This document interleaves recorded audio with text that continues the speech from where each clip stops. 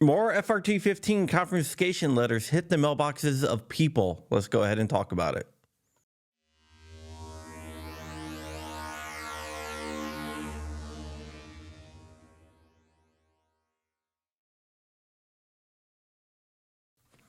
What's up, Wolverines? Welcome back to the channel. This is John Crump News, where we discuss 2A issues every day.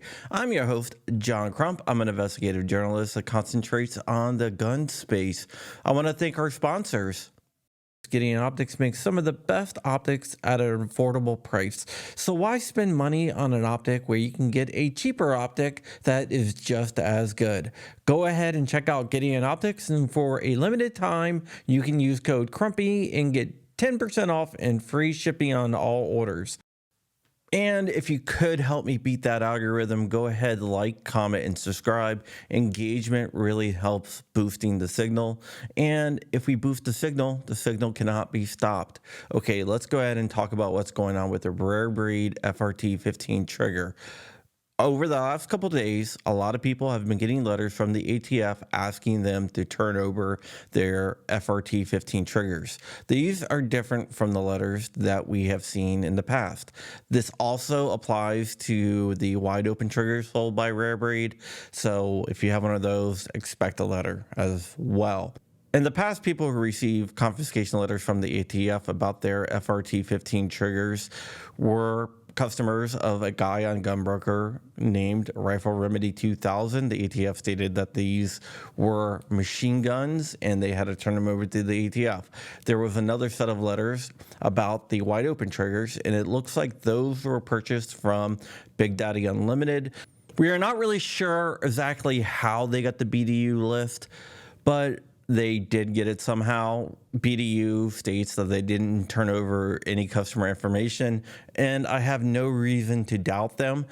I don't have any evidence of where this list came from, just that the ATF got the list, and it was from the Austin field office, which also ran the operation for the Rifle Remedy 2000 case. Okay, so now let's talk about rare breed triggers here. Lawrence D'Amatico states that the USPS gave over the list. And looking over the letters, I tend to believe him on this. Looking at the letters, it states that the triggers shipped from Red Beard Treasures.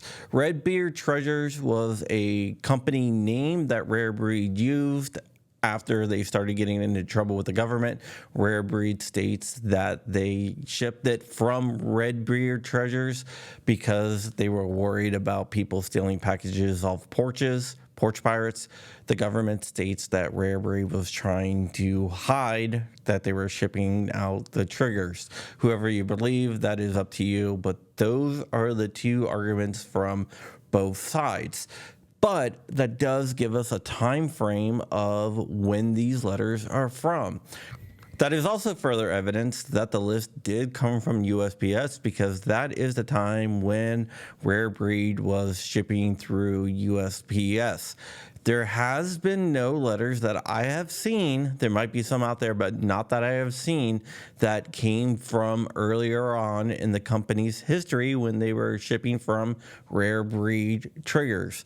So this is after the government started actively going after them. So if you have one of their earlier triggers, then you are probably okay for now.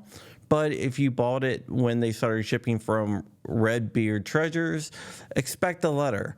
So that is just a little breakdown on where it probably came from. And we do know that companies have a history of turning over information to the ATF without a warrant. We saw that with stamps.com and authorized.net with Polymer 80, and we will probably see this in the future. All right, guys, this was just a little FYI to let you know, in case you have one of these triggers. The ATF really wants to get these triggers out of the wild. Whether you turn it over or not, that is up to you when you get your letter. I would suggest talking to a lawyer before doing anything, so just do that. All right, guys, that is it for me.